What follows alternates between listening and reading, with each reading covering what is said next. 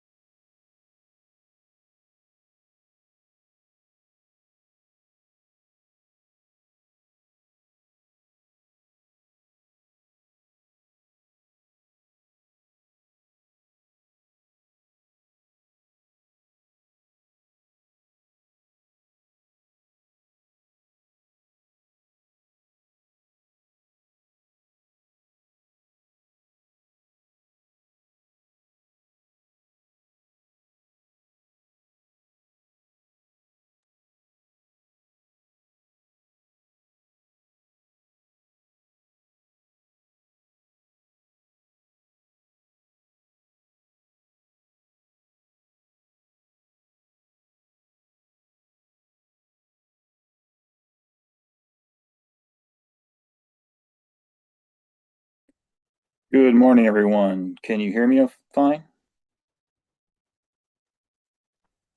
Yes. Okay, perfect. Yes, we Like can. Just give us like about 2 minutes. Okay, Michael, we'll get this meeting started just shortly. okay, thank you.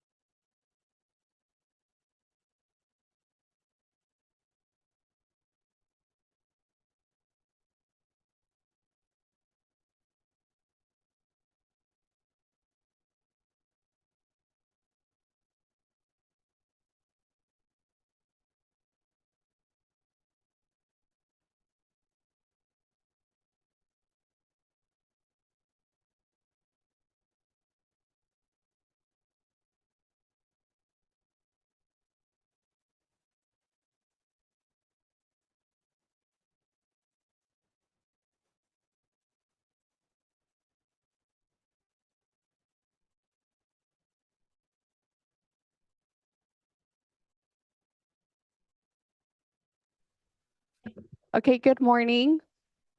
Good morning. Okay, I'd like to start off by apologizing that I am away from the meeting. I'm currently at 7194 Catherine Avenue in Fresno. Reason that I'm away is family medical. So I'd like to begin today's meeting with public comment. Is there anyone in the audience or online that would like to speak to a subject that is not on today's agenda? Good morning. We do not have any public comment. Okay, thank you. I understand that one of our members will recuse himself from 2 items today. Is that correct? Yes, I'm recusing from items 2 and 3. Okay, thank you very much. We'll move on to the agenda status report. We do not have any changes. Okay, perfect. Moving on now to the review and approval of the March 28th NBAR meeting. That was delivered in your packets. I'm hoping that you've had a chance to go through it. We had just the one item on that agenda. Is there any of the members that would like to make any revisions or additions to that agenda, those meeting minutes? I'm sorry. I have no changes. No changes. Okay, well, thank you very much. Could we have And Mike then up a little louder?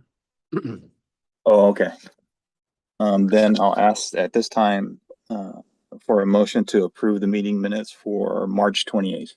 So moved. Second. All in favor, say aye. Aye. Aye. Thank you very much. The meeting minutes are approved. Moving on now to the NBAR members' informational briefings. Has anybody had any discussions other than myself and Michael with any supervisors, applicants, staff with regards to anything?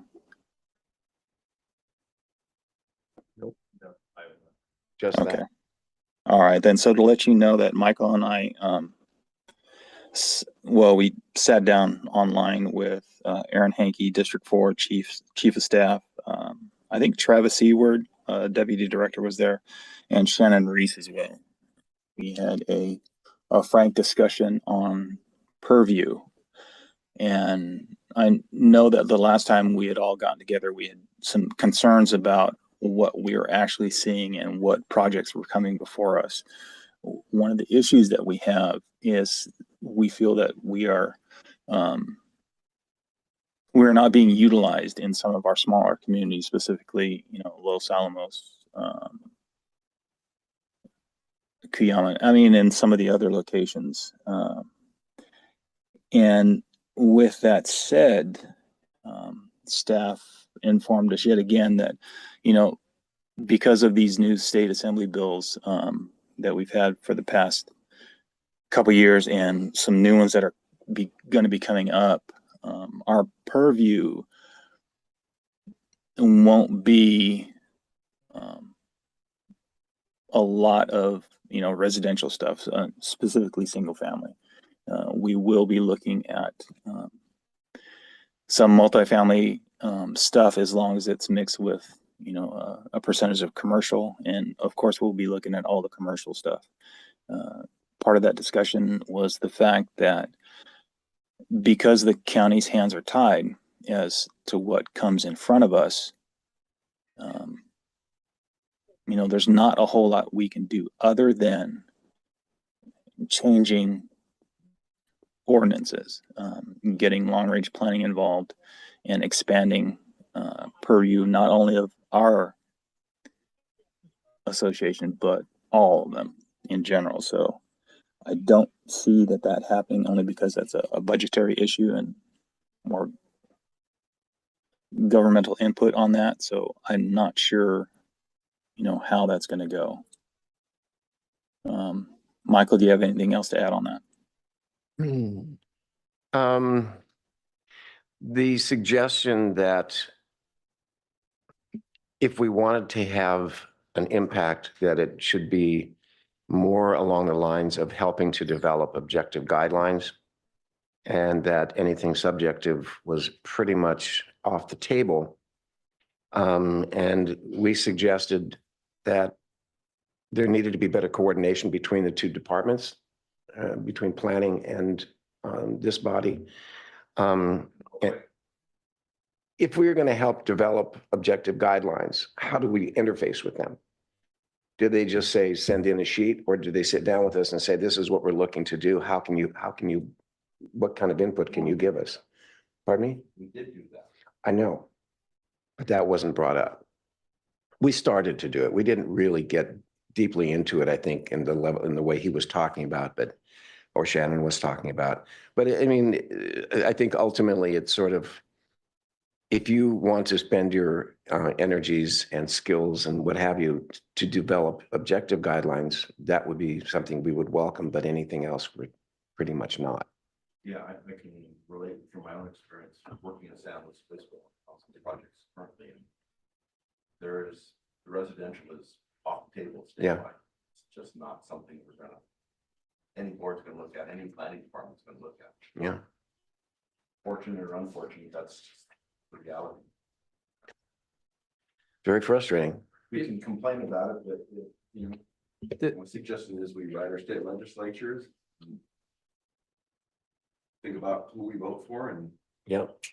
or resign. Yeah. I mean, What about homeowners associations? Are they no longer valid? I believe they're still valid, but they don't come before us. No, I mean, do they still have jurisdiction over what people can build in? I believe so. Do they? I'm Steve. May I ask that you use your microphone when you're speaking, please? Thank you. Teresa, if I could weigh in on that. Okay. Thanks. Good morning, everybody. It's Travis Seawards, Deputy Director for Development Review. HOAs do not have the ability to circumvent state law in terms of ADUs or other state laws that are facilitating housing development. Interesting. It's hard to hear you guys, but I kind of heard that question. So Well, I think I didn't have my mic on. I'm sorry. that's okay. And just to expand a little bit on the conversation we had, it was a positive conversation, and I think we understand the frustration that your board is feeling, just like design boards all across the state. We very much value the input you give on projects and the service that you provided. I think we had a very honest and I thought productive discussion on the crushing housing crisis that we're having. And the state is addressing that with some pretty aggressive laws that facilitate all types of housing development. That coupled with the fact that NBAR has historically been set up to not review as many single family type home projects by the nature of the purview of your board, is just combining to, I think, just all of our BARs right now are seeing a lot less projects. We've also seen a dip in permits because of economic uncertainty. And so it was a nice conversation, I think, to just reassure you guys there wasn't anything personal happening. It's a fluctuation and a change that all jurisdictions are having to deal with. But Shannon and I are happy to answer any specific questions the group has on this.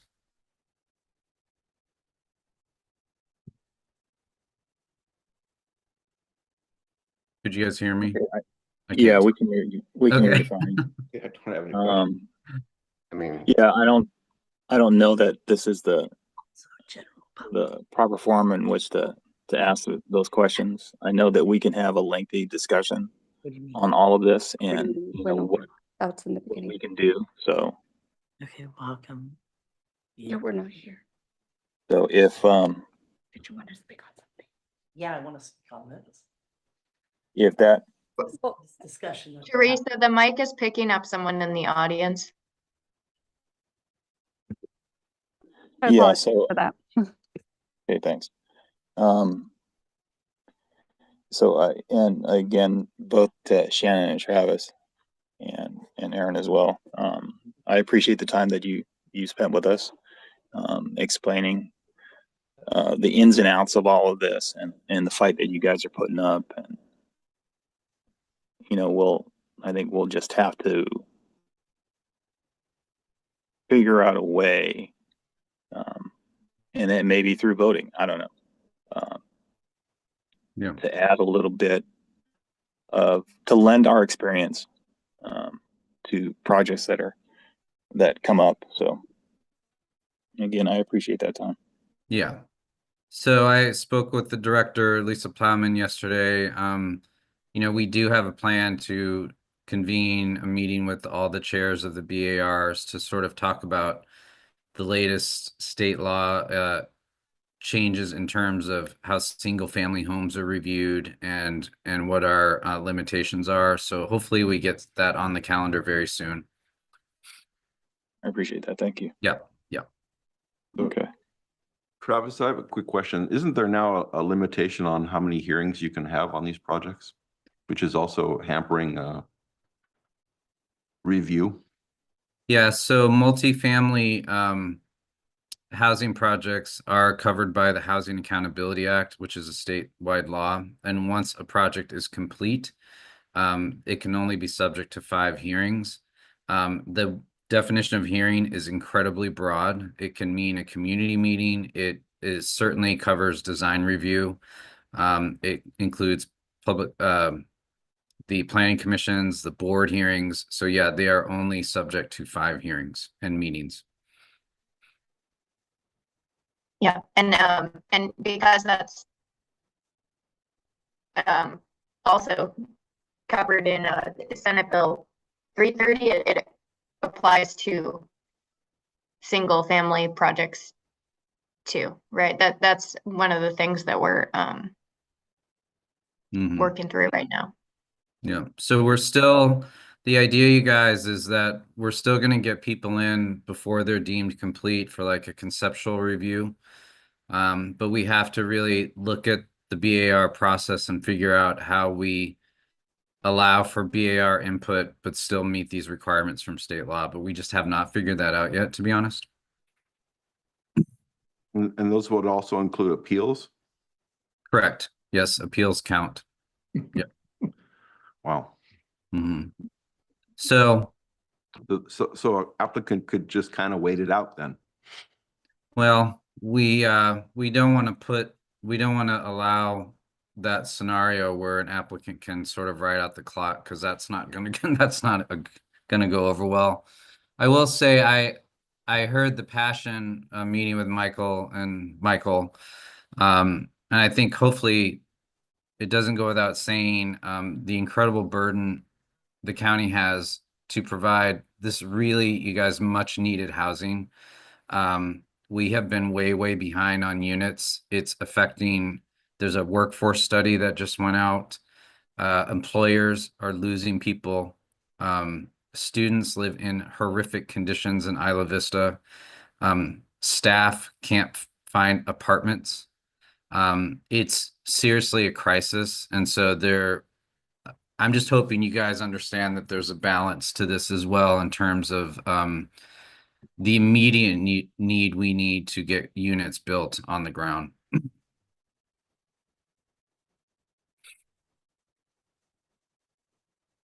Okay. Well, thank you for that. Yeah. And thank you for the frank discussion. Yes. With regards to, I think we will wait to hear from you. And will it be possible for other members, not just chairs, to attend this meeting? You know, I don't know because of the Brown Act. I'm not sure if we can. I just don't know off the top of my head. I'm sorry. It may not be able to happen. I don't know, Shannon, do you know? I don't think. Well, we could look at potentially breaking into groups if we needed to. I mean, or perhaps there could be a briefing on it during a meeting afterwards. So, Yeah, anything to, Yeah. kind of hear Yeah. from the horse's mouth type thing. Mm-hmm. Totally. Okay. Yeah. Well, thanks again. Sure. Thank you. Yeah, thank you guys for all that work you put into this. Moving on, with today's agenda, we'll go to staff update. Michael, before we proceed, we did have a public Karen that wanted to make a comment on an item not on today's agenda. Okay. Can we open that back up? Yeah, let's open that back up for her. Okay, thank you.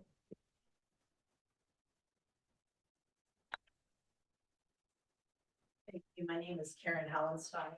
I was born in Lompoc. I echo your frustrations because as a daughter of a property owner and watching the development in our county very closely my whole life, I know that there's a lot of frustration on the part of the residents and the landowners also, because architectural review has caused a lot of expense in a lot of cases to development.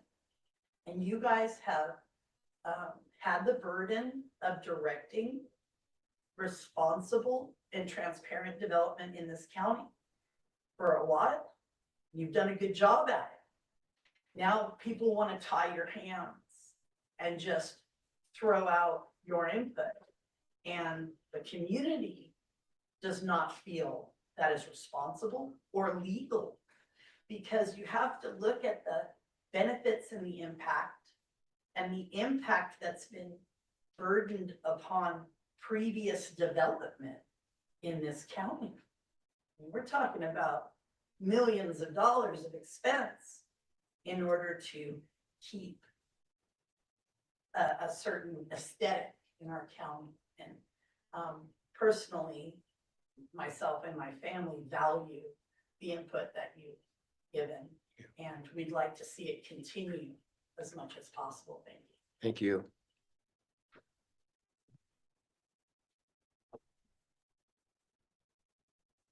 Okay, thank you very much. With that said, we'll go back to staff update. thank you, Chair McGlinty. I have a couple updates. We have, well, you know that the Keysight 2 revisions to the project to add a second commercial suite in a building that you'd already reviewed and approved, and to adjust the lot line. That was approved by the Planning Commission, I believe in early March, and that item is on the agenda again today for prelim and final. They just made some minor changes as compared to the approved building as a result of that second entitlement process that they just finished. And then as far as what we have coming up, we have the Meyer mixed use project in Los Alamos, and that is it's essentially one apartment unit over some commercial with additional commercial in the rear of the lot on Bell Street. And that is I actually don't think that the MBAR ever saw that because when it went through design review, it was still under CBAR's jurisdiction. And they had granted conceptual, but you will see it when it comes back through for prelim and final. And it's just been working through some last issues related to the design exceptions from Public Works. And then the last item that we have that we're preparing for hearing on is the Constellation project. And that you all saw the hotel portion of it. There is a 60 unit apartment building next to a hotel, and the hotel came before you a few months ago, I think twice. So that is likely to go to the Planning Commission this summer. It'll also have to go to the board because it includes a legislative act. So those are the updates I have for you all today. Shannon, excuse me, what is the address of the project in Los Alamos? I'm curious. I could not tell you off the top of my head. I can try and pull it up while we're running the rest of the meeting. That would be appreciated. Thank you. All right, thank you for that staff And update. Greg just walked in. He could tell us. Greg Ravat, the architect. Yep. If Greg knows, that'd be great. The Meyer project, what's the street address? Is it 580 Bell Street? Yeah, 580 Bell. Okay. It's not on the agenda, is it? No. We just put it on. Yeah, we just kicked it out. Yeah. Thank you very much, gentlemen. Okay, with that, we'll move on to the first item on today's agenda. BAR number 23-00173, the Verizon cell tower at Rucker Road. If the applicant is available, please introduce yourself for the record and your team and begin your presentation. Good morning, everyone. My name is Armando Montes. I'm with Sequoia Deployment Services. I am representing the applicant, Verizon Wireless. I will go ahead and give you guys a refresher. I believe this project was heard quite a while ago. So yeah, just a quick refresher for everyone. Verizon is proposing a new wireless telecommunications facility on the southwest corner of Purisma Road and Rucker Road in Lompoc.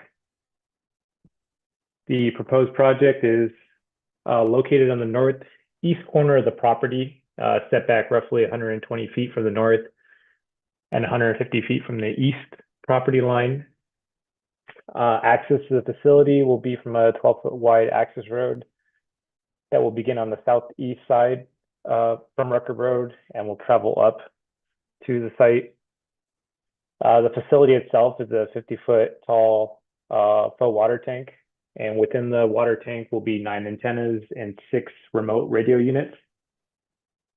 The tank will sit in a 900 square foot enclosure that includes 3 equipment cabinets and a 30 kilowatt, 210 gallon backup generator. This will all be enclosed by a 8-foot tall chain link fence for security purposes, and entrance to the facility will be on the north side of the enclosure. I am open to any questions you guys may have. Thank you. Okay, thanks. The board has had information on this. Does anyone have any questions with regards to the comments that we had at our last meeting? Specifically regarding the material and colors? We see the elevations Or of would you just like me to go through the list? Michael, can we have the applicant go through the list and tell us how he addressed each item? Yes, thank Yeah, you. that'd be great. Yep, I can do so. So I think I had a list of the questions from last time. There was questions regarding the colors, dimensions, materials of the lattice structure of the faux water tank. We have since provided a digital material board that kind of just gives you some examples of tanks done in the past and kind of like the inspirations drawn for this one. I think we also have a color palette on somewhere in this slide deck. We are going to go with a drift of mist for the base color and a half calf brown as well. Let's see what else. The lattice of the structure of the faux water tank. There's a 20-inch diameter center pipe that runs through the middle of the tank. And then the legs are roughly about 4 inches in diameter. The chain link fence we are proposing is 8 feet tall. We are not proposing any landscaping here because the project sits below an earth berm. It's not really visible. At least the enclosure is not as visible from the street side. The lighting on this project, we do have service lights on the enclosure, but they are operated manually, and they do have motion sensors with a timer. They will be shielded to the greatest extent possible to not have any additional lighting reach any nearby residences. We've also included a elevation sheet so you can guys get a better idea of how the enclosure and the faux water tanks sit below street level.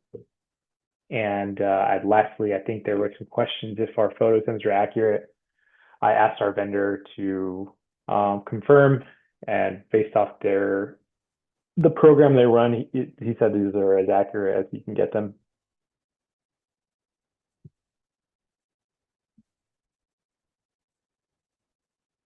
So the legs are 4 inches. That's pretty spindly. The lattice work. Is that the lattice work or the legs? You said it's 4 inches. The legs are 4 inches.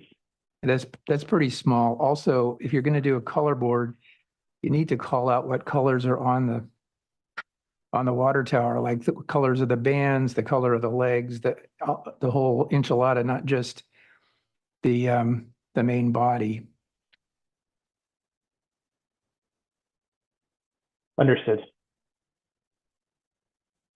But beefing up the legs wouldn't be a bad idea. Plus, are you going to have a different size cross beams as opposed to legs? Because one wants to be smaller than the other, I would think. So I would put a little time thinking about that. And you've got an 8-foot high cyclone fence. Is it going to have slats in it so that you can't see what's inside it, or what's the deal? We don't have slats at this time, but if slats is something you guys are looking for, it's a pretty easy fix. And that 6-foot high silt fence, if it's the same one that's existing, as it looks like it's almost about 3 feet tall, and it looks like a temporary thing, so you can't really screen your project with it. So I'd think more about the fence material that you're putting out. Okay, so we were thinking slats, particular color, or is like a tan color would be sufficient? Well, I don't know what color you're using on something that makes it go away as much as possible. I don't know if what color would be appropriate there. Any ideas? And or tan. Something neutral, and that would tend to blend in. On an elevated pad.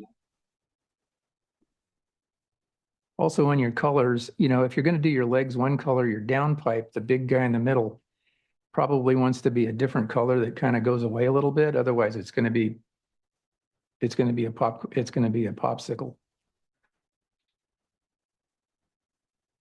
Okay, so we were thinking like a lighter color brown for the center pipe.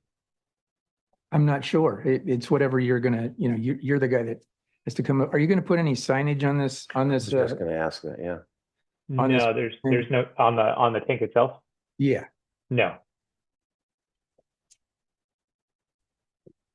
If you used a darker green, that's gonna fade away for the center pipe, with the eucalyptus trees as a background. Okay, that can work. so darker green, and then we're saying call out the specific colors for the legs. If we go through the examples we provided,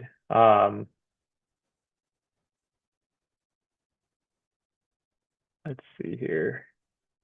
Are there anyone like in particular where you kind of like the bands being different colors and maybe like a lighter color? Well, it's supposed to be mimicking a metal band to strengthen it. So Yeah. it needs to be it's a different material theoretically. So Mhm. it would need to be a different color. Okay. Unfortunately, the tank proposed doesn't really look anything like the No, real tanks those are probably also cell towers, aren't they? I don't think they are. These are all cell towers, yeah. Why can't we have something more like that then? Anyway, I guess, and I know it's not really in our jurisdictional authority, but why are you putting a cell tower in a low spot in the basic riverbed? It seems counterintuitive to me that you'd want to put this thing somewhere high up so that it has a broader span or wider spread for communications. Seems like a kind of an inappropriate location. No, that's not under my purview, but Yeah, it's just generally speaking, it's kind of an area of need that was identified. Obviously evaluate different properties where this would be viable, and this one just worked out best. so you kind of found the lowest spot around and stuck it in there. Okay, so anyway, I said my piece. One other thing about the examples you're showing right there, they have a top on them. Yours doesn't have a top if I read it right. Like a lid. Yeah, I think it would be more so like if you go down one, sorry, to the next slide, the left example, I think it'd be more something similar like that. Yeah, that's the least attractive of all of them you've shown. It looks like a beer keg. But having some kind of a top on them, traditionally, that's what you'd see. Just another little detail to stop your eye might be nicer. Couldn't be that much more expensive. Yeah, I will. I don't think it should be an issue, so I'll pitch it back and see what comes of it. Okay. This is just a comment, generally, because where we sit, we have seen so many Verizon towers. They're all very generic. And a couple of times we've made suggestions, like at the one in the center where it says Wickenden, that perhaps some decoration, and I hate to use that word, but some vintage reference that might make it sink into the neighborhood a little bit and be a little bit more unusual looking. Something intentional would be something you could develop a palette that was exchangeable between locations, or something that is specific to the neighborhood and the area where the specific tower is going up. Just something to soften it up instead of just another, tower sticking in someplace. Are you guys referring to maybe like some kind of signage on the tank itself, or? Well, Or like- I mean, if it's an area that is known for strawberries, for instance, Mhm. strawberry capital of, the area, something playful, something a little bit vintage, at least an effort made to make it a little bit more appealing. You've got the option to do that. It certainly, in the scheme of things, Verizon has a lot of money. If it costs another couple of $1,000 to do something that made it look more interesting, it didn't seem like that would be a big lift. Yeah, yeah, I hear where you guys are coming from. I could see what we can do about that. I guess it would just require us understanding a little bit more about the community, and maybe ask the property owner if they have any suggestions. Can we go back to that section that you showed previously? Yeah.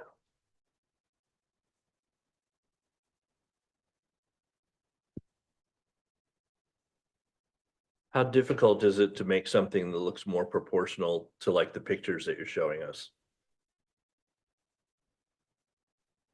I mean, ultimately, it's gonna look more like the example photos. So just quick background, the example photos, But These that's are not from- what you're showing us, and we can only base our decision on those plans. So the plans have to be accurate. I mean, they're pretty, I mean, some of them I know have like the base and whatnot, and we're not proposing something like that with like a plate underneath the tank. But these are essentially what we're proposing. And they're drawn as accurately as possible as our vendor can do so. Eventually, once these projects get approved, yes, they do go to a vendor such as this company that provided us this example board, SCI, and they're the actual vendor who builds these towers. They're the ones who actually provide the material and whatnot. So I would say they're going to look more similar to what is in the photos. Well, I mean, I understand what you're saying, but everybody on this board can read drawings pretty acutely. And so this does not look like the photographs of the ones that you're showing us. Right.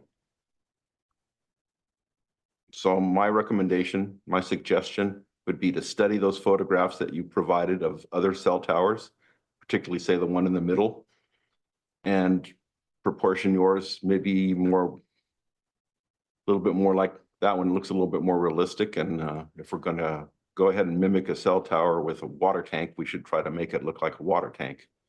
I think what you're proposing does not look like a water Not at tank. all. The center one, not this beer can one. Looks like a This one, lampshade. Yeah. Something more of those proportions. And I think if you look at the two side by side, you can clearly see that the proportions are different.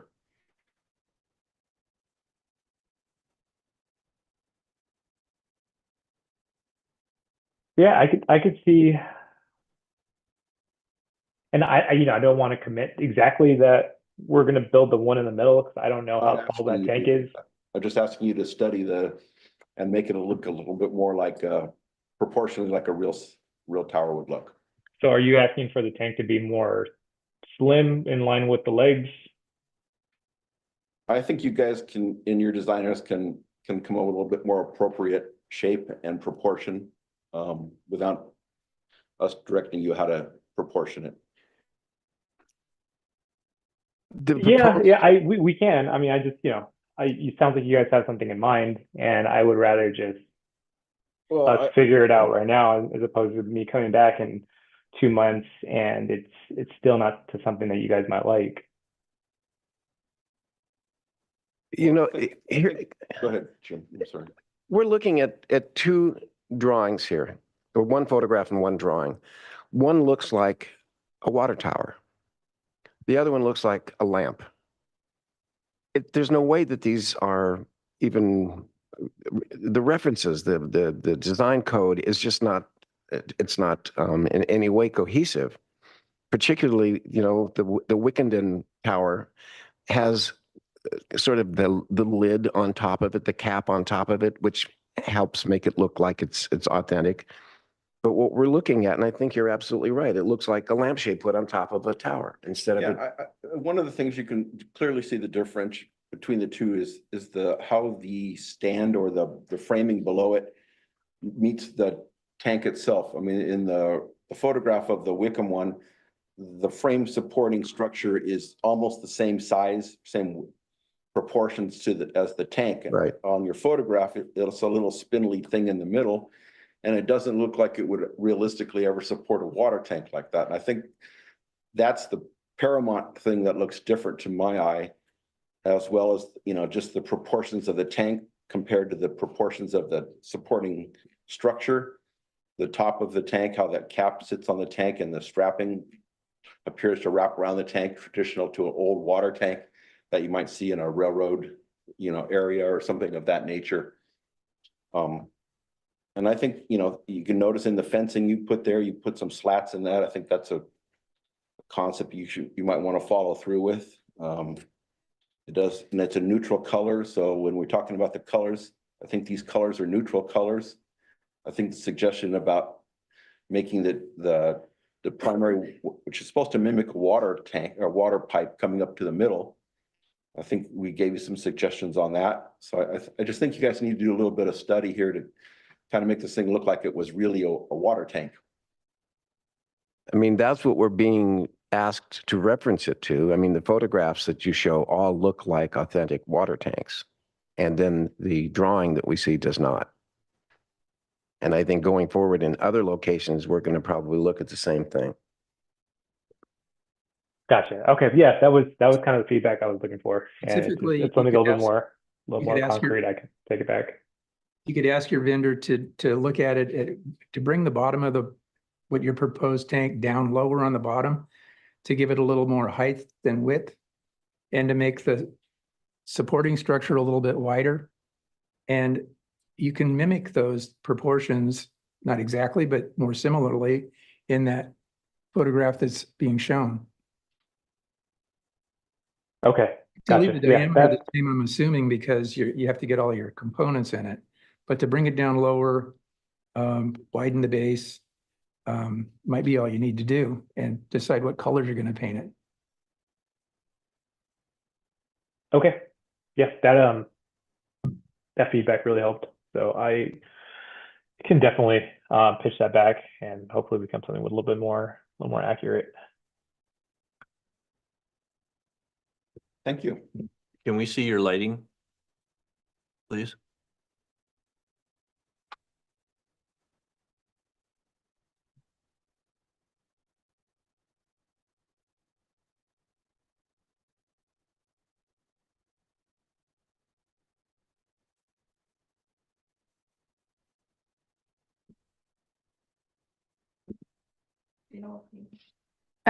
Teresa, that sheet, sorry, the floor plan of the lease area is probably the best one because we can see where all the light fixtures are. So there's, looks like 1, 2, 3, 4, 5 pointed downward. And then if we look in the elevation, it looks like I think they're below the fence line, but obviously the fence isn't Yeah, solid. that's accurate. Okay, but we don't get to see an actual fixture then. I just wanted to make sure that it's fully shielded. Gotcha. Yeah, we can add it. We've done it before in other projects, and we put the specific light fixture model and stuff like that. So we can add it. Yeah, because that was item 5, provide details on proposed lighting. Where are the motion sensors proposed to be located on these inside on the fixtures themselves, or some kind of sensor that detects movement outside the fence line? Or... They're centrally located in the equipment enclosure. I'll have it called out Okay, I appreciate next that. time we go. Yep. That'd be helpful. Okay. And then from your sketch here, there's no lighting on the tank tower itself? Correct. Yeah, no lighting on there. Good, thank you.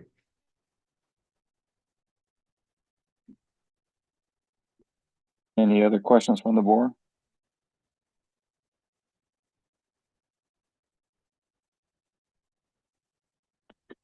Okay, with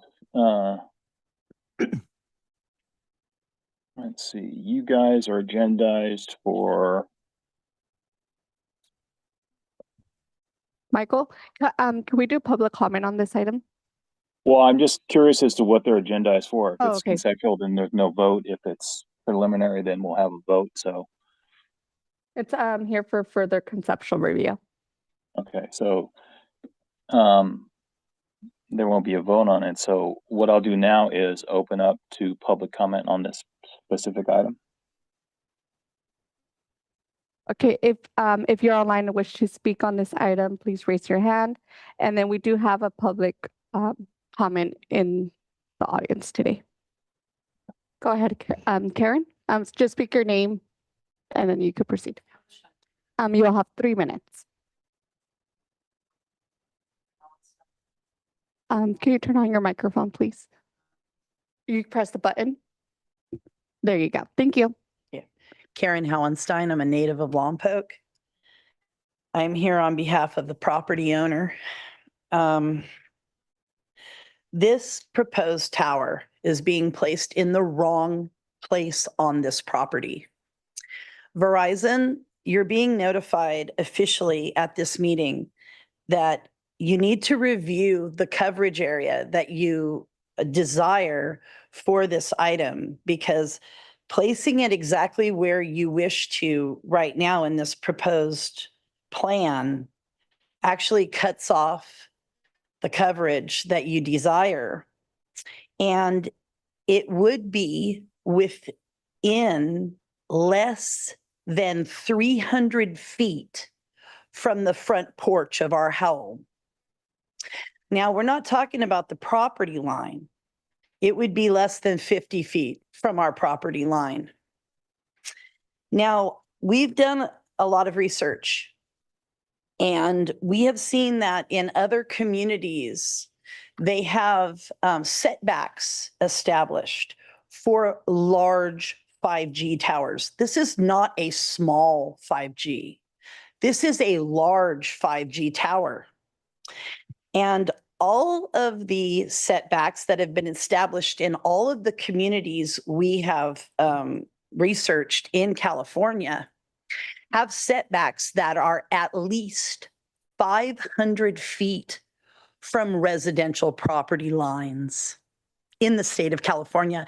We are calling into question the effectiveness and the legality of our county board, that they have not established any appropriate setbacks for residential areas and residential homes in unincorporated sections of our county.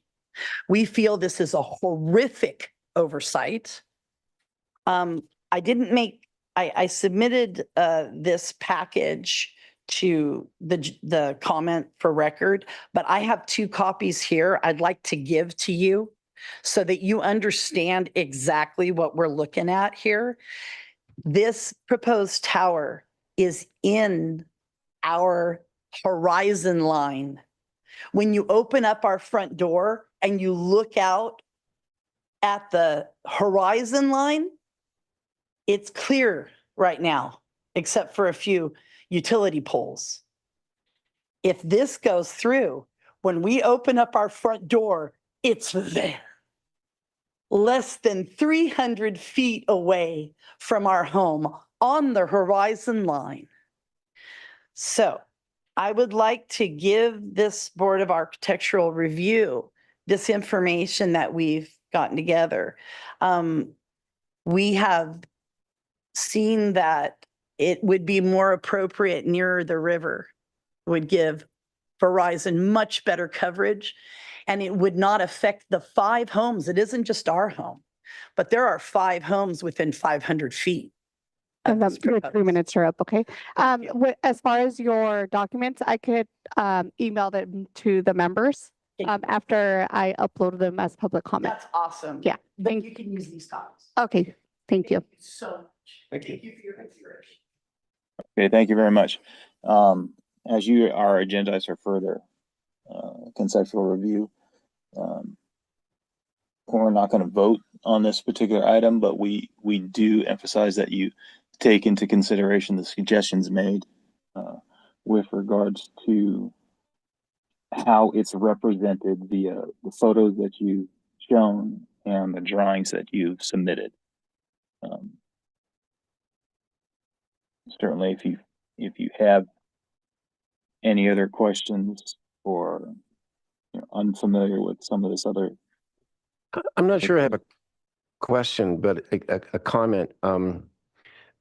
This location of the tower is not really in our purview. We have nothing to say about that. And I do totally hear what you're saying, Karen. I really do.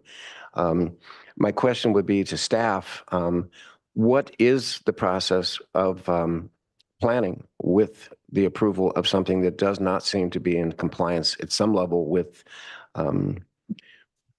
other projects that have accommodated location more sensitively? We have a telecom ordinance, and actually it was just recently revised. So there are certain stipulations of regarding when, who the decision maker is, when you're located within a certain proximity to residential development, and I mean, there are certain requirements for height and that sort of thing, but I'm not aware of a setback like the member of the public referenced. But we will, I believe this project goes to the planning commission because of its proximity to residential. And, you know, the planning commission, they review the coverage maps, the justification provided by the applicant regarding tower need. They review the location. I mean, you know, BAR does have findings that they're making, and some of them are related to siting of a project. Not from the perspective of, you know, cell service, but from the perspective of good design, right? So in that regard, you can comment on the siting of the project. That's distinct from, you know, the siting from the perspective of service, but there are findings that the BAR is responsible for making that relate to project siting. So you're saying we could have some say-so in how this is placed on the lot, on the land, No. or at least a comment? I mean, just looking back on this, we've seen this project a number of times, and every single time we've had community public comments about the insensitivity of the location. And I'm just wanting to make sure that it's not just these people taking their time to come and passionately lay out why they're opposed to it, but what is being done about that? Is it being addressed? Is it being assessed? Is it being looked at? That's sort of where I'm at. I mean, ultimately, the planning commission will make the determination as to whether the location is appropriate based on all the information and the analysis done by staff, right? But the BAR does have a finding. Let's see, and I'll read it out. Overall structure shapes as well as as parts of any structure are in proportion to and in scale with existing or permitted structures on the same site and in the area surrounding the subject property. And then there is one about there will be a harmonious relationship with existing and proposed adjoining developments. That's more about like with tract homes not having the same design. But here, site layout, orientation, and locations of structures and signs will be appropriate and well-designed, will be in an appropriate and well-designed relationship to one another and to the environmental qualities, open spaces, and topography of the site. So, Chairman, is this something that we want to actually make a recommendation on reassessing the location? Given Actually, as far as the siting is concerned, we do not have purview on its specific location with regards to coverage and setback. We do have purview over once the decision has been made to locate the particular item in its location, in its proposed location, then we have purview on one, how it's screened and how it looks and the relationship that it has with that identified location. So with regards to your question is if we have any say as it exactly where it goes, no. Because that is not in our purview. We don't see the coverage reports, we don't see all the studies and things like that, even though we only see what the applicant submits to us. And it's up to the planning commission and the decision makers as to its specific location. So if we're making comments here, is it something that we can actually comment on, that even though we don't have necessarily the purview, that our comment is that perhaps for functional purposes and for aesthetic purposes, this seems to be not a necessarily advantageous location for this, the tower on this piece of property? Yeah, as far as functionality is concerned, we don't have that enough information that we receive with regards to its functionality. We do, however, have a lot of say as to how it looks. Sure. I would just like us to at least comment on that. So it's on the record that we feel that the location may not be. I believe I did that. You did, okay. Yeah, that was already done. What is the size, the acreage of this particular piece of property?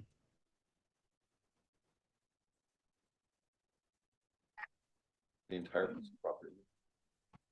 Should be in the agenda, Yeah. 45 acres approximately. So with 45 acres, this is the only place they could figure to put this? Well, I mean, the majority of the site's farmed, and then you start to get close to the river where there are other constraints and species. And I mean, there's not just,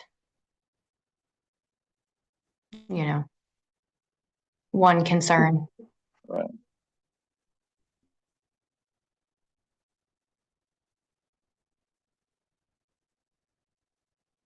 Any more comments at this time?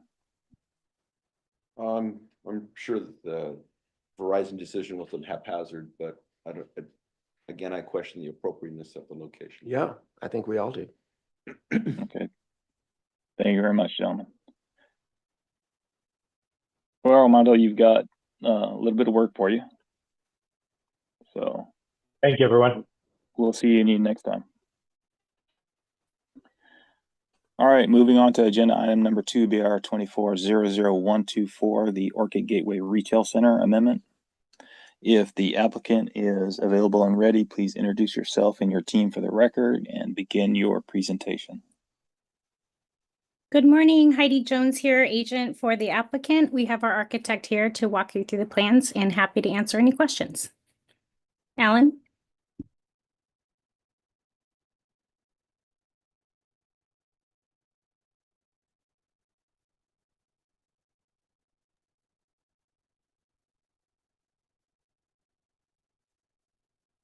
Alan, are you on? Looks like you're on. I'm sorry, I was muted, of course. Well, hello, everybody. Thank you very much for reviewing the project today. Really appreciate it. My name is Alan Kumetz. I'm an architect for Boulder Associates. Boulder Associates is the architect for the tenant improvement ambulatory surgery center that's going into this existing corn shell, one area of the building. With the existing corn shell, the exterior elements unique to the surgery center include new mechanical units on the roof and a standalone generator outside the building in the southeast corner of the rear parking lot. If you go to sheet A111, yeah, you can zoom in there. There is the generator located in the parking lot. And then you can see in white, that is the area of the tenant improvement surgery center. If you go to sheet, let's see, A212, which is the roof plan. This is the floor there, roof plan. So you can see that we've located the 4 large units interior more towards the center of the roof, so that it's not close to the parapet, so it's not going to be viewed. We do have some site angle view diagrams. If you go to sheet A310A and B, there's 310A down below. You can see that's where they are all situated, but they are back from the edge of the parapet. So if you go to the next sheet, 310B, you see that the sight lines, that the parapet obscures the sight lines, and also the future building that is under the permitting process adjacent to the facility will block the view as well. So that is for the mechanical units. For the generator, If you go back to sheet A111 and zoom into the generator, you can see that it is located. Oops, I'm sorry. Yeah, there you go. It is located in the rear parking lot, and it is partially screened by the future building. It does have a sound enclosure around the actual generator, and then around the entire pad there is a screening enclosure. It is a louvered fence, 12 feet tall. And if you go to the next sheet, 212, oh, you don't have it here, 212. Do you have A112? Yeah, this is Heidi here. I had asked Soren and provided him some supplemental exhibits. I don't know if they're in a different file for us to look at.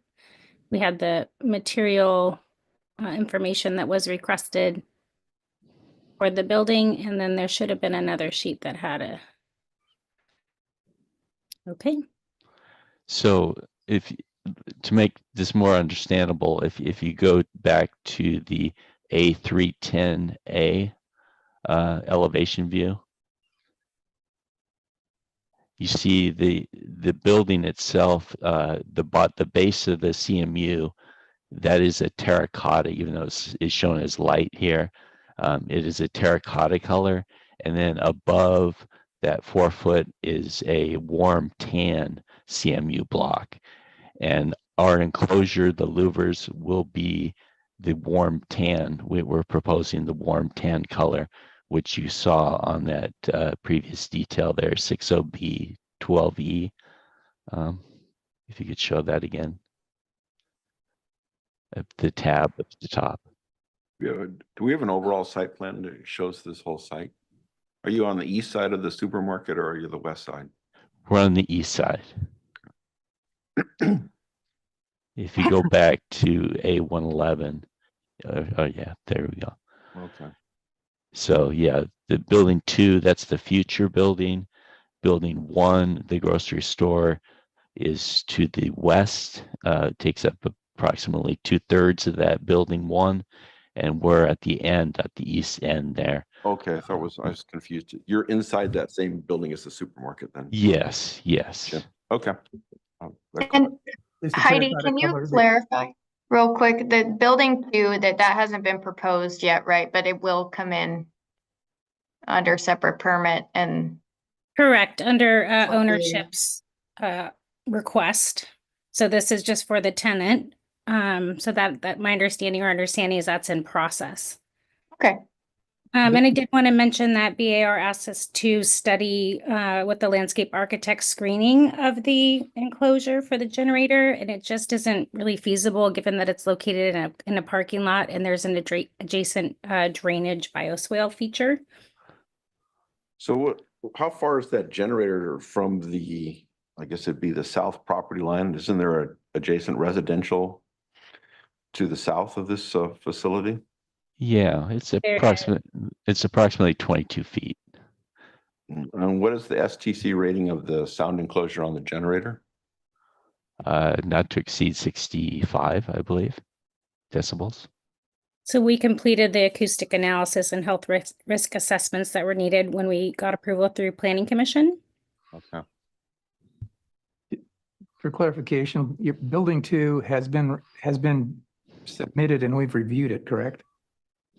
I'm not sure it'd be under a separate applicant, under the owner of the project itself. We're just occupying the existing shell space and proposing these as tenant improvements. So I'm Stucco not colors that you showed are from building 2. from building 1, I believe. Building 1 isn't going to be next to your units though, correct? They're inside building 1, I think. Inside building 1. No, you've got external like enclosures and they're outside of they're on the property, right? Correct. And they're going to be behind building 2. Correct. Ultimately. So they should also correspond to the colors of building 2, correct?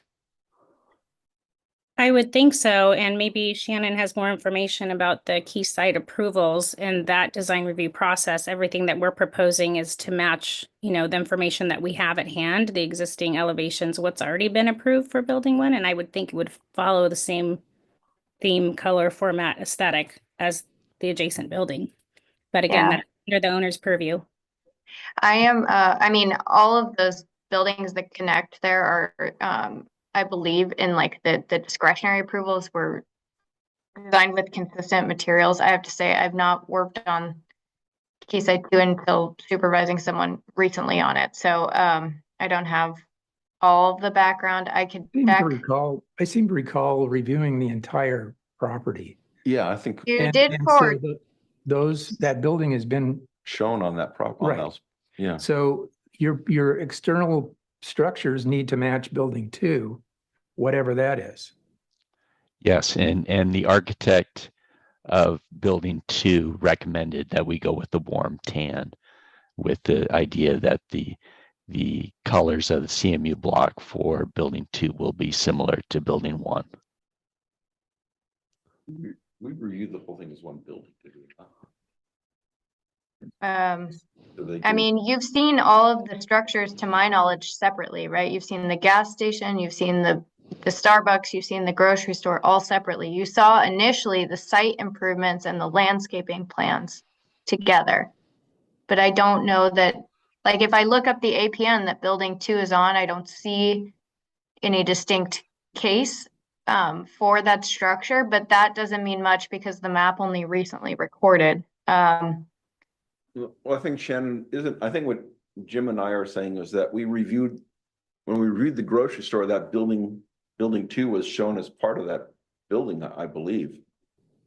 I don't believe it was. I You might mean, be right, it's been a while. Alan, I- do we have the elevation, color elevation that we could show what the existing core shell is? No, I do not.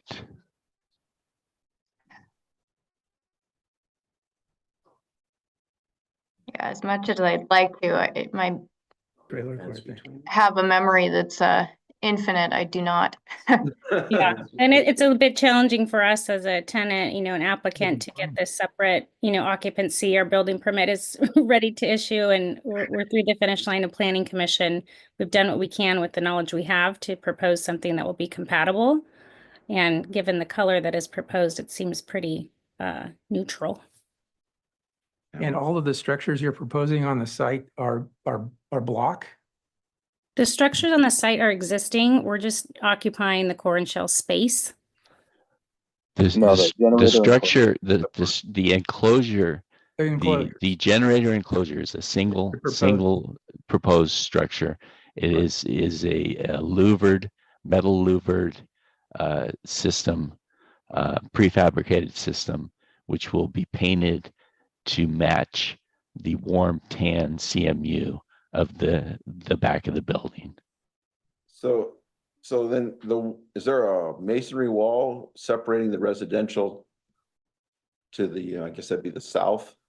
Yes. From the site, okay. And that's what, 6 foot or 8 foot? It's on the go to sheet A311B. Go over there, zoom into that. Height of the wall. It looks, can't tell. It's on the lower one of the, I believe it's. Yeah, it's the lower one down the lower left. Yeah, it indicates 10 feet. 10 feet. Yeah. 10-foot wall, okay, Yeah. all right.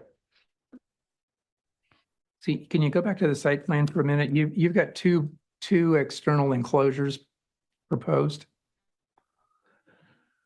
Is that right? No, we have one.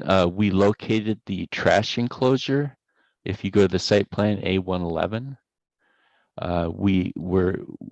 the design of the trash enclosure is under the guise of the site architect, the design architect for the corn shell. We were told to locate the trash enclosure and make sure that its dimensions would fit the required bins per the county. As far as is a CM, we know it's a CMU block. I spoke with the architect this morning. He said that the block will probably be the terracotta block on the trash enclosure with metal gates and metal siding to obscure the bins at the gates. But that is not under our design. Okay. We only located the enclosure area. Okay, so the enclosure that you're building for the generator, how tall is that? I can't read That's 12 feet. it's 12 feet tall. So it's a big element.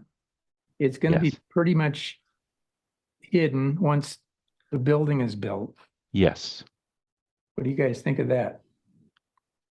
Not the best, but Yeah, we're very limited in where we place it because just directly to the north of that enclosure is a 10-foot electrical easement running east-west. And then to the south, that's a retention basin. So we're very limited. We pushed it as far as we could. We did have it right to directly outside the building to the east of the building wall, but we had to move it because of the electrical easement. Yeah. why did you have to put the swing gates on the right side rather than the left side? Convenience that the left side is so that the maintenance can pull up into that parking space and park there, and then they can walk over. Do you have a photo or anything, reality, what this looks like? We did send to staff cut sheets. I can share my screen if that's appropriate. Please. And can I share really quickly that the grocery, the building that you saw previously with BAR did not include that future building that's marked on the plans. It was only the grocery outlet suite and the second suite that they're doing the TI for. So I do not believe that we've seen. I know you're right, because when I saw their The building. elevation, I realized that that's what we saw, so, Okay. yeah. All right. You are Sorry, correct. Your sorry to memory- interrupt, Alan. That's just. Yeah, no, that's fine. That's fine. Let me just grab this a couple things here really quick. I've seen it. These things, it's probably louvered. You gotta get a lot of air on these things. I don't know. Just question, is this something that has been shared with us before? Because I can probably pull it up. Yes, we did. Was it during our it's- last meeting? Yeah, and it's made by Palm, I believe. It's a Palm fence. It's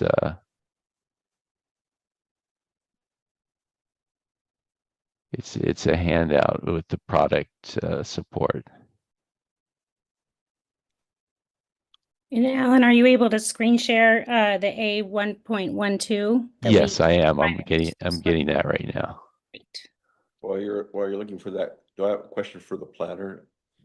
Is there a county ordinance or regulation about what the STC reduction as you at the property line, and when what the reduction is as you move inside the property?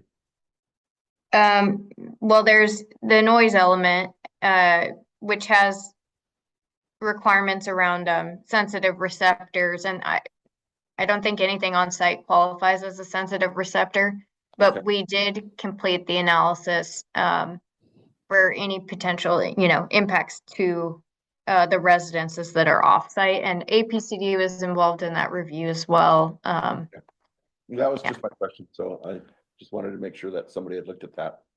Yep. This will be Yes. running all the time, right? Teresa, could you allow me to share my screen, please? What document is it that you're trying to share? Because if I am able to pull it up, that'd probably be better, just because it's something that It's we already have on the record. A112, which was sent to Soren yesterday. If it was sent yesterday, it's not gonna, Either. no. Well, we provided that other detail sheet as well, so that was in here. Okay. Yeah, that's the warm tan CMU block. That will be the color of the louvers.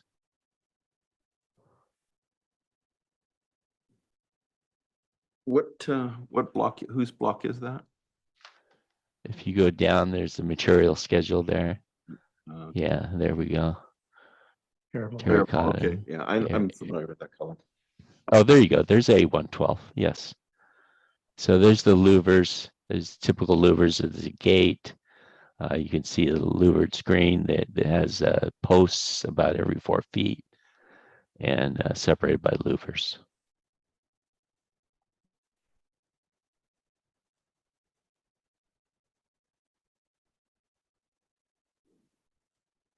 Did you guys consider using a CMU block enclosure for that generator?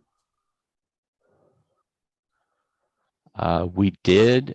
We just felt this was more a lighter version and allowed for airflow. Okay. Could you go to the roof plan now?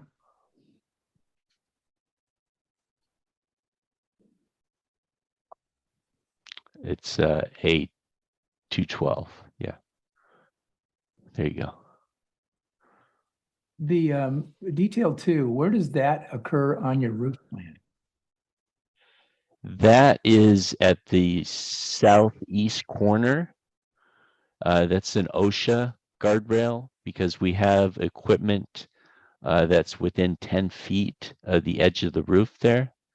It's a smaller exhaust fan that we have to add that guardrail. So you're going to put And a then- guardrail and where is it going to be visible on the top of the parapet. okay, some like from H to F? Yeah, yeah, from H to F, and then on the south side where you see that exhaust fan next, almost adjacent to the shaded area.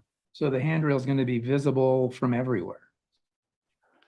Yeah, it's just an OSHA rail. It's just single rail on top. Do you have it located? It's not located on your plan.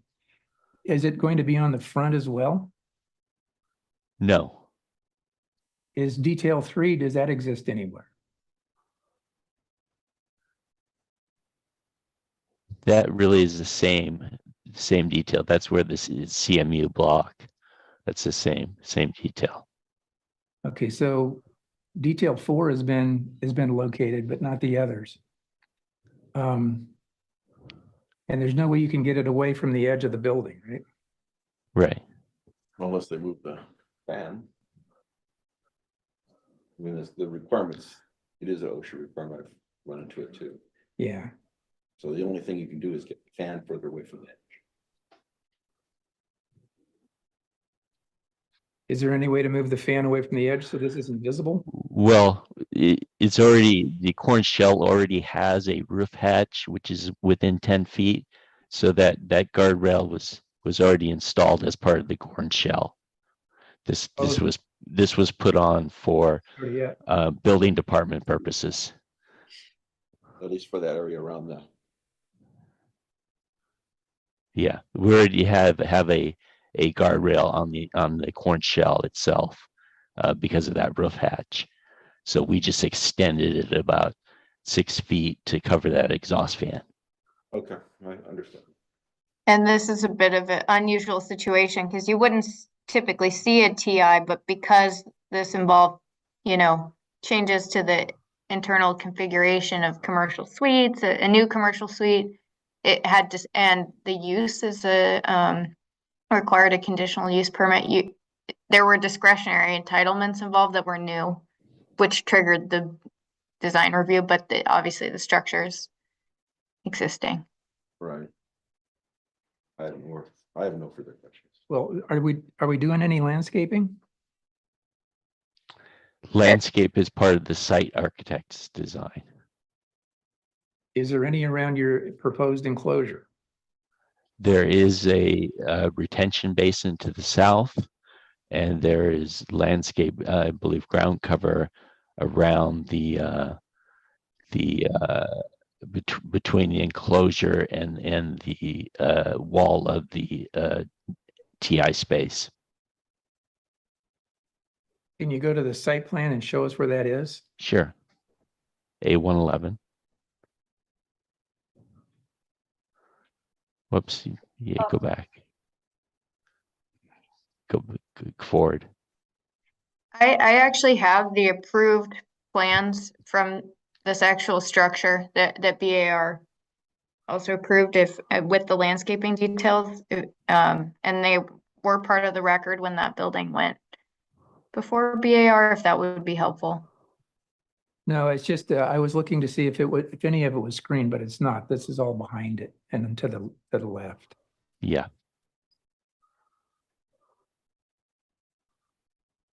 Yeah, and I will say, as a tenant and doing these tenant improvements, we're limited to what we can touch on, the property owner's site. Understandable. It's already been approved. Okay. Any other questions? No, I'm good. I'm fine, thank you. Okay. Well, with that said, I'll open it up to public comment. Is there anyone in the audience that would like to speak on this item?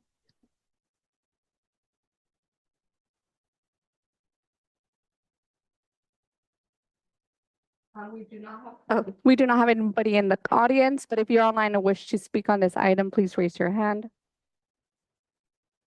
I'm not seeing any public comment. All right, thank you very much. You guys are agendized for both preliminary and final review at this point. My only question, well, actually, I don't have any.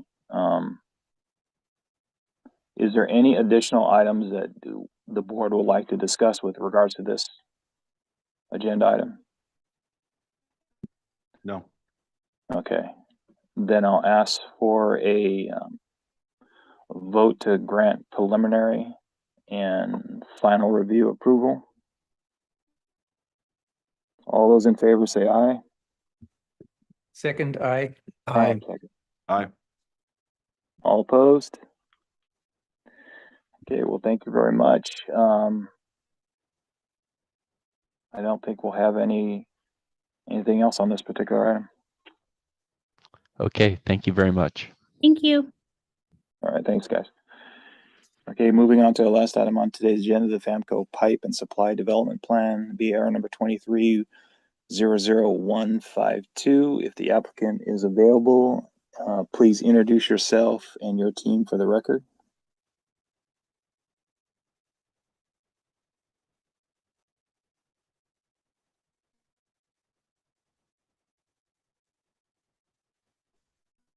Good morning, Anbar.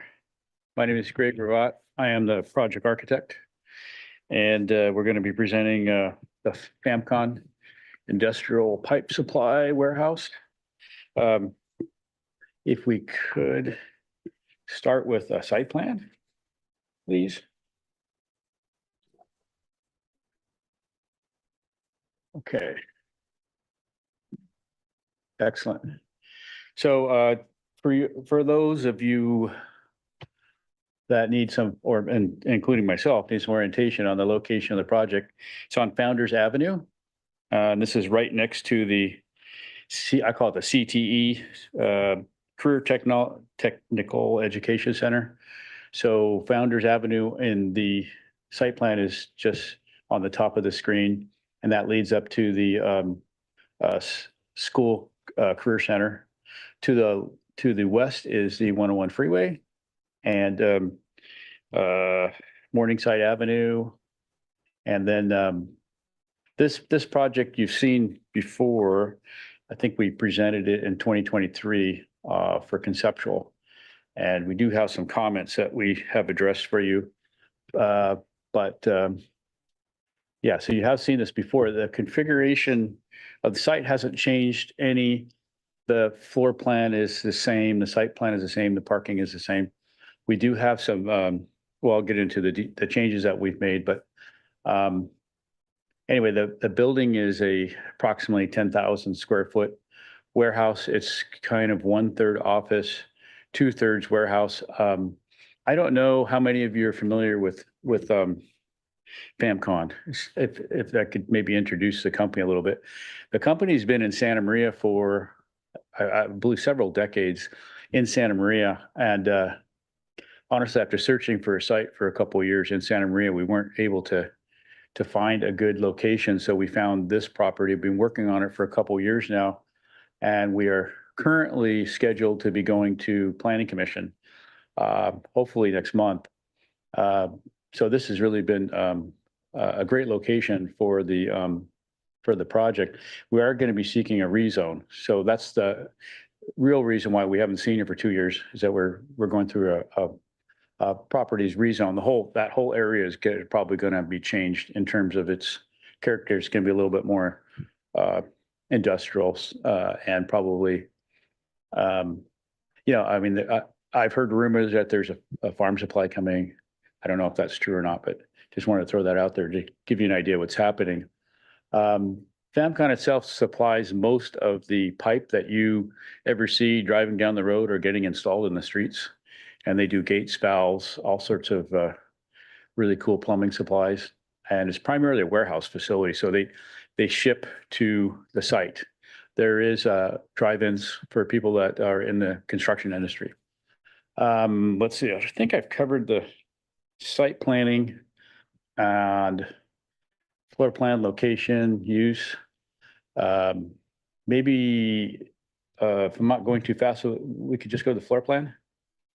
I'll give you a rough idea what's happening. So we've got the office. So we've got this, again, this is a relocation of an existing company. So we've got a office relocating from Santa Maria to this location. So it's mostly existing personnel and staff. And then the warehouse is just exactly what it sounds like. It's basically racked storage. Let's see if there's no questions on the site plan. Pretty simple layout. Could we go to the next slide when you get a minute? Greg, is that high pile storage? It is, it's not high. No. Over 12 feet. I know what you're asking. The Oxnard warehouse, which is the original location, I don't have a picture of that, but it's approximate. It could be anywhere from 6 to 10 feet. I think we're designing a 6-foot storage, but high piled in terms of flammability or in terms of, no, it's basically mostly steel. There's PVC. So it's we're working on that, the occupancy right now. okay. I'm not really sure, just to be honest. It's not like Home Depot type stuff. No, it's more like, it's not like Home Depot. Okay. It's not even close. You've probably been to somewhere, pipe warehouse storage facilities. It's basically a wholesale facility. Okay. Could we maybe go to the elevations then? Yes.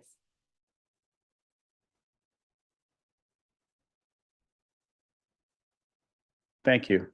So the design really hasn't changed much. It's evolved a little bit. We had requests from the conceptual review to look at the clear story area. So we originally had lighting on the east side of the building, which is those little double windows at the top. And we since added them on the west side. The building always had a split block wainscot. We still have that. And the overall general designs, the same. I think we have increased the height a little bit just to make the industrial use of it a little bit easier for they have some of the things that are taller that have to move around inside that building. We did add, hopefully we got some, we've changed the landscape plans a little bit. I mean, Anthony from Plain Air is here. I could do a quick overview of the landscape. And we did provide some renderings. I hope that are in the package. What was the roof pitch on your elevation? Good question. Let's look at it. Go back to it. I can't remember. I think it's like a 4 and 12. Oh, I see it now. Can you see it there? Oh, I think it says 3 and 12, but I can't see that well. 3 and 12. Yeah, okay. Yeah. I didn't see it on the elevation. I see it now on that section. So we're trying to be compatible with the CET Center that has kind of the agricultural design to their buildings, which is within visual sight of this.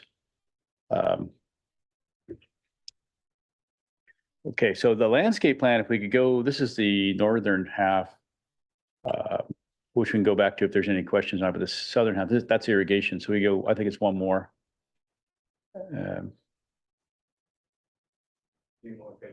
Couple more pages. They put a lot of stuff on their plans. Yeah. There it is, right there. So I think the main concern was this southern location. There is we've added significant screening on the south. The last time we presented, we didn't have any trees on that south end. This is next to a private drive that serves I believe it serves some of the properties to the east. We're using I think it's I wrote it down. I want to say, I'll have Anthony come up and present in a minute, but see if I can find it. A floribundus. Linothalmus. I butchered that. It's a Santa Catalina Island ironwood. So it's a fairly bushy tree. And then I was also looking, the understory is Ceanothus, which is a California lilac, which can get fairly large, I think at least 4 feet. So we're trying to provide an understory and then a screen above. There should be is there some renderings in the package? I hope they got submitted. I think they should be towards the end.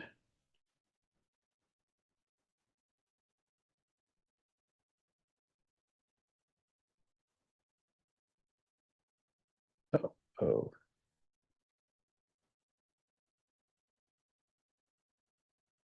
So I think there were individual files that were submitted with the plans.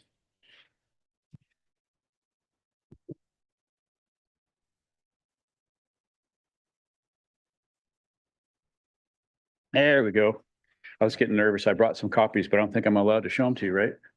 Isn't Are that they the rule? same ones that are uploaded? Yeah, Oh, okay. the same ones. Did you wanna? You guys want any? Yeah, okay. I'm okay. So anyway, we did a little bit of, we had a company develop some elevations from the highway because we knew it'd be a question. So you can see our building to the left. There's a fairly, for Santa Maria, fairly large elevation change. You can see the Morningside? Yeah, Morningside right there. And then our warehouse building. And there's our trees that are shown at maturity. There's a little billboard in silhouette there. And then you can see the CET Center in the back. Could you go to the next slide? So this is just kind of a overhead view. And you can see the, what is it? I think it's Polish Pets is in the center of the rendering. That's a kind of that residential looking building where it's like, it kind of took like a bite out of our site. And our building is right behind it. And you can see kind of our designated storage areas. Is that the old highway patrol building? I guess it was. Yeah. It is, yep. Okay, thank you. Yeah. So anyway, and then you can see just a little bit of a piece of the CET Center in the back.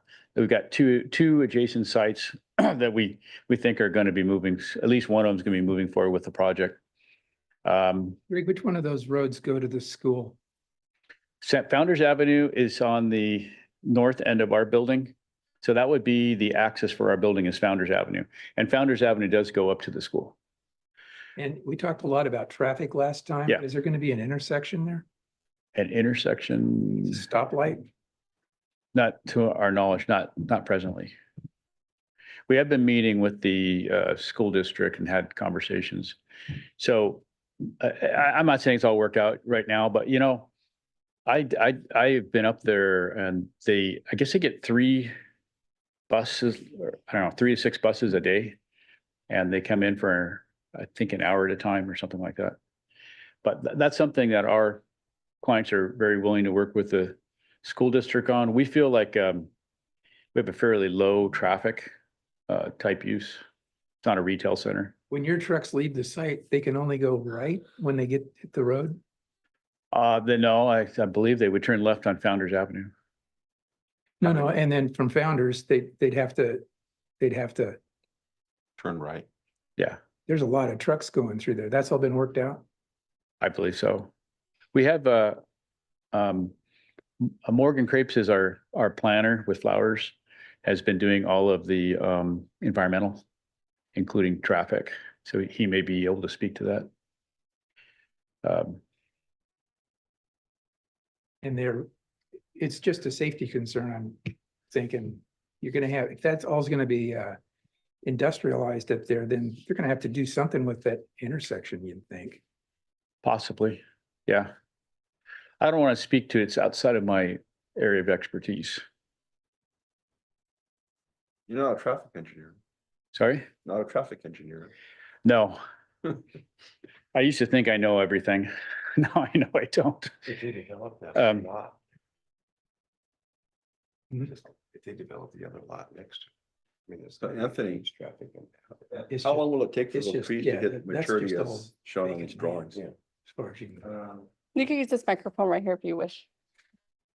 Oh, And what about the rodeo Keep your grounds? hand on. Is that off the same road? I believe it's off a morning side, but it's not, it's quite a ways down, yeah. In terms of going back to your question, full, if for the landscape to reach full maturity, assuming obviously things go perfectly well, they fertilize, irrigation, all that, then should take anywhere between 5 to 10 years. Oh, okay.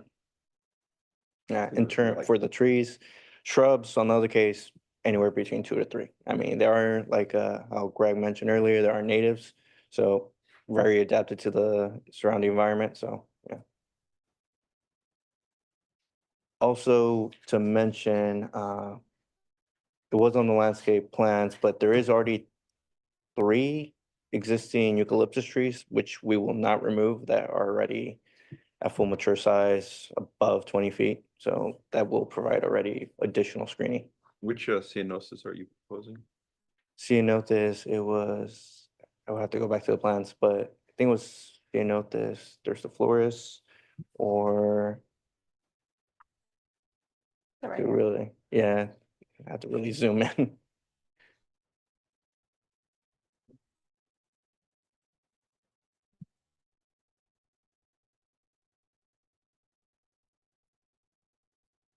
Oh, the Ligustrum japonicum and, Ray Hartman. Yeah. yeah, the Ray Hartman. Yeah, there we go. Those get darn big. Ray Hartman. Yeah. Mhm. Again, California natives.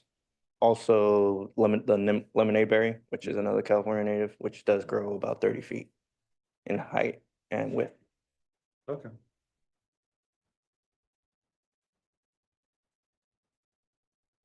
Thank you.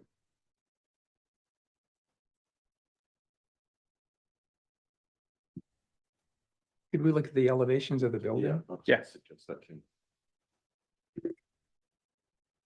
What did you want? What was that again? Building, It's A20.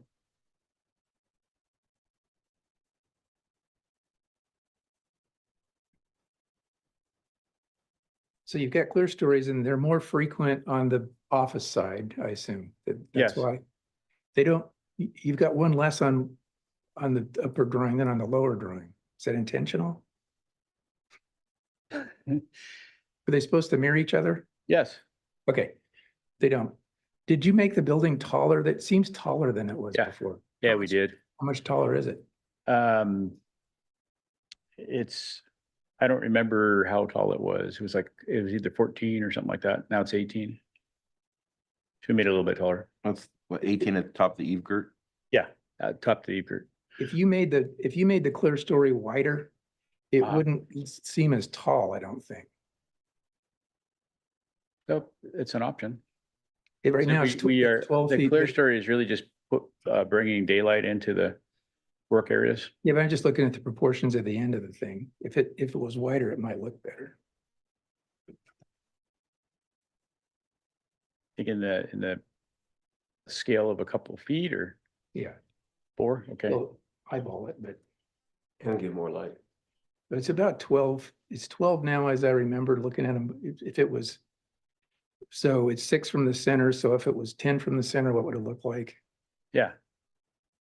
Okay, And what are the overhang dimensions? I think they're just a couple of feet. I like the overhangs. Looks good. Are you gonna ventilate that cupola area? I don't know why, but I thought you were gonna ask me that. Of course. Because you're gonna ask me if the window's open. And we looked at Yeah. opening windows, and opening windows You don't are always a problem. And Yeah. Yeah. so the client is really has a system in Oxnard where they have it's a openable ridge vent. Okay. And it's in that case, it's probably manual. They actually have a little wheel and they turn, and so we're thinking about doing a operable ridge vent for ventilation. Is there any mechanical stuff at all on the roof? No. So all our mechanical will be on the, it's fairly low, mostly mini split systems for the offices. There's no conditioning in the warehouse. So that's, again, the ventilation works pretty well for, When you come we do back get an for- occasional hot day. When you come back for preliminary, show those ridge, because some of those things can get pretty significantly sized. Sure, okay. Thank you. Yeah, I'm good. Yeah. Do I remember that there is no signage on the building itself? The clients would like to put a sign on the building. And of course, there's a separate sign permit for all this. We do have a sign shown on the rendering, but they want to put in a sign on this north elevation. Do we turn in a building rendering? That'd as be well? facing Founders, Yeah, there's nothing facing Founders. the sign, I mean, would be facing. So we have this rendering. Did that make it in the package? It's on the front cover, but I don't know if we can read it on the front cover. I'll bring a bigger one on the next one, but It's on, is it this one? yeah, if you could zoom into that. It's a little hard to read, but they would like to have a sign over the doorway and a sign up on the clear story as you drive into the property. So that's all they want on the building. We might be working on some site signage. Is that on the north end? That would be on the north end. Just on the end of the building. They have you may have seen it. It's kind of a cool looking circle. With the little squiggle through it. Nothing facing the freeway, right? Right now, there's nothing, we don't have anything in our design that would be under this package. Like I said, the owner is pursuing a sign design, maybe monument signs, maybe something else for the property. That would be a separate permit package. I'm sure you'll see that. Thank you. Okay.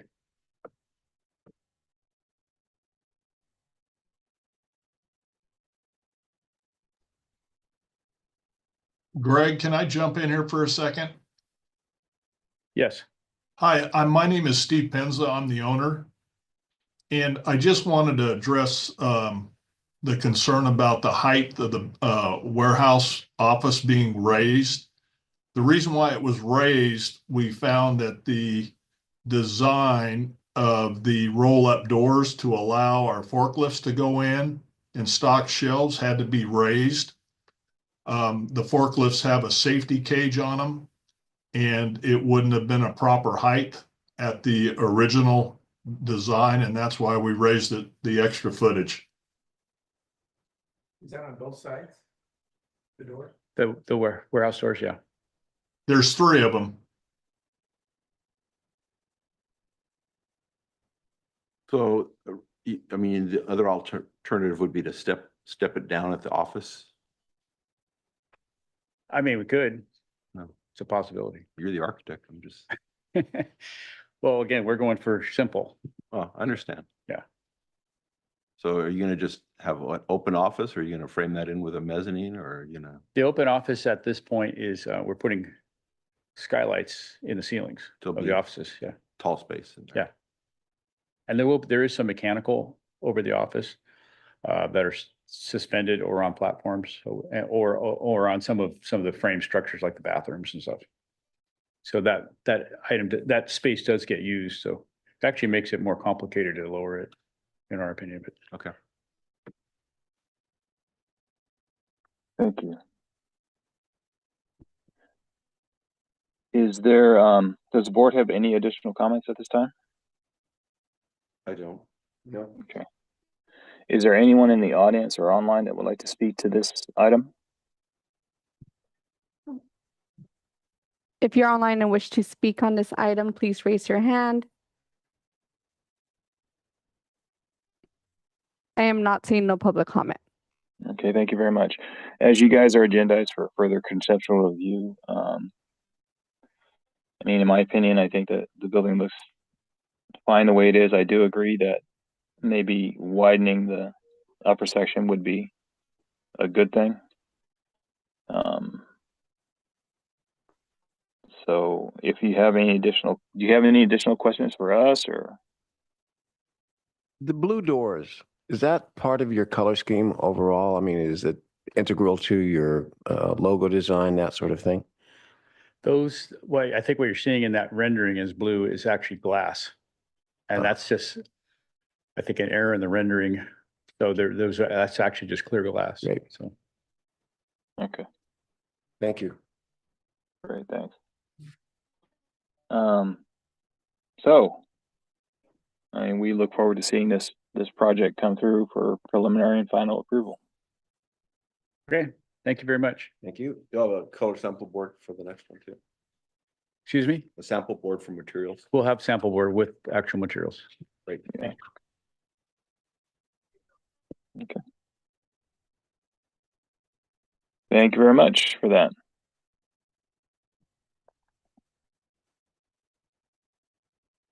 Okay, if the board has no other comments, as we have, this is the last item on today's agenda.